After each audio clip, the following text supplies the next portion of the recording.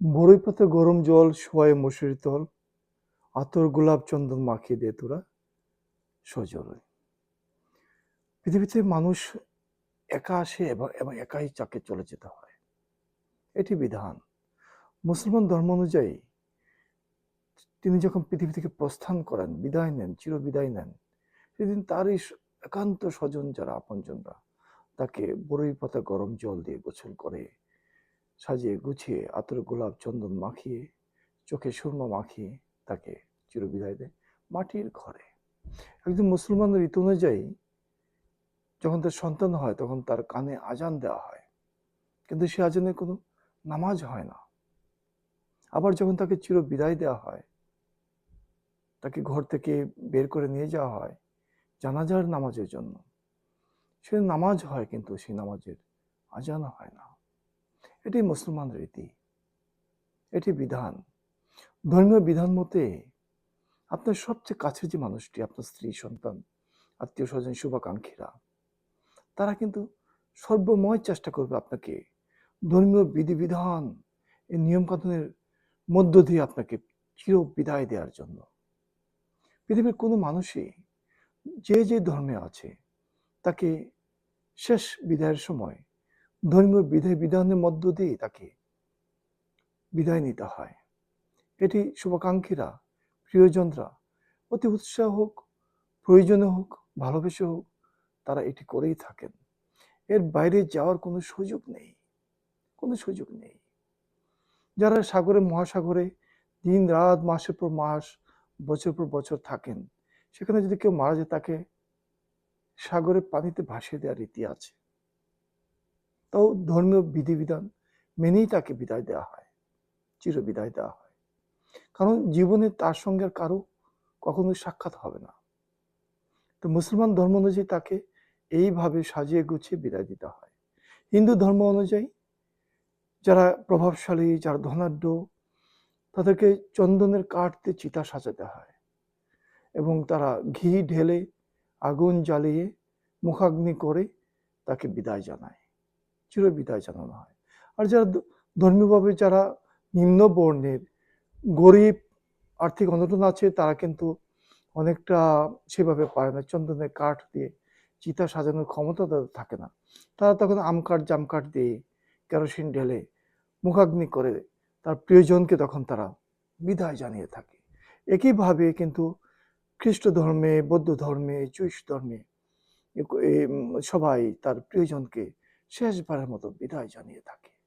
এটি বিধান। পৃথিবীতে এখন 10,000-এর মতো ছোট বড় ধর্ম আছে, তার মধ্যে 5টি সবচেয়ে বড় ধর্ম হিসাবে বিবেচ্য, এবং মুসলমান ধর্ম, ইসলাম, খ্রিস্ট ধর্ম, হিন্দু ধর্ম, বৌদ্ধ ধর্ম এবং জুইশ ধর্ম। এই 5টি ধর্মের মানুষের সংখ্যাই বেশি। কাজী আমরা যখন দেখি যে কোন ধর্মের কে, ধর্মীয় সম্পৃক্ততা, ধর্মীয় অনুশাসন, ধর্মীয় বিধিবিধানের ভিত্তিতে মানুষ কিন্তু অনেকটা বিভক্ত সামাজিকভাবে।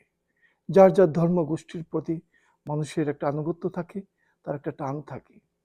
প্রত্যেকটা মানুষই ছোটবেলায়, যেটা একটু বলেছিলাম, যে যখন একজন মানুষ মুসলমান পরিবারে জন্মগ্রহণ করে কেউ, তখন কিন্তু তার কানে আজান দেওয়া হয়, কিন্তু নামাজ নেই সে আজানের। আবার যখন সে চির বিদায় নেই তখন কিন্তু নামাজ হয়, কিন্তু আজান দেওয়া হয় না। প্রত্যেকটা মানুষই কিন্তু যে ধর্মে আছে, তার এভারেজ এজ যখন 40 হয়, 40 থেকে 50, 50 থেকে 60, এই 20টা বছরের মধ্যে মানুষ অনেক ভালো ভালো কাজ করে, সামাজিক কাজ, ধর্মীয় কাজ, পুণ্যের কাজ, জনসেবামূলক কাজ করে থাকে। তাদের ব্যবসায়িক উন্নতি, সফলতা সবকিছু করে থাকে। আবার এই সময়টুকুর মধ্যে কিন্তু 40 থেকে 50, 50 থেকে 60, এই সময়ের মধ্যে মানুষ অনেক জঘন্য খারাপ কাজও করে থাকে। অন্যের হক নষ্ট করা, মানুষের প্রতি জুলুম করা, নির্যাতন করা, অত্যাচার করা, আত্মসাৎ করা, যৌন নির্যাতন করা, মানুষের সম্পদ নষ্ট করে দেওয়া, মানুষকে বিপদগামী করা, অপহরণ, গুম, খুন, এসব তো আছে। এই 20টা বছরের মধ্যে কিন্তু মানুষ আবার নিজেকে খারাপ করে তোলে। কিন্তু যখন তাকে শেষবার শেষ দিন বিদায় জানানো হয়, প্রস্থান করা হয় পৃথিবী থেকে, সেদিন কিন্তু মানুষ